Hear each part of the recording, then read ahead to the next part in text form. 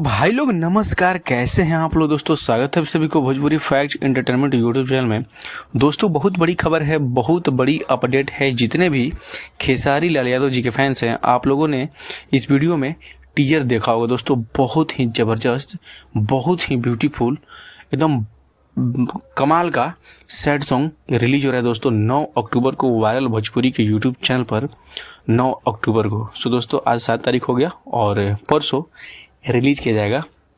सो दोस्तों वायरल भोजपुरी के YouTube channel पर। तो आप लोग जितने भी खेसारी लाल यादव जी के फैंस हैं, इस चैनल को आप लोग सब्सक्राइब कर लीजिए, क्योंकि दोस्तों इस चैनल के माध्यम से खेसारी लाल यादव से जुड़ी तमाम खबर, भोजपुरी से जुड़ी तमाम खबर, तमाम अपडेट सबसे पहले दी जाती है दोस्तों। तो बात करते हैं सॉन्ग का टाइटल तो आप लोग को पता है, बारिश। और इस सॉन्ग को गाए हैं खेसारी लाल यादव जी और म्यूजिक है विनय विनायक का। और इस गाने को लिखे हैं पिंकू बाबा और चंदन बाबू ने। सो दोस्तों और डायरेक्टर दीपेश गोयल।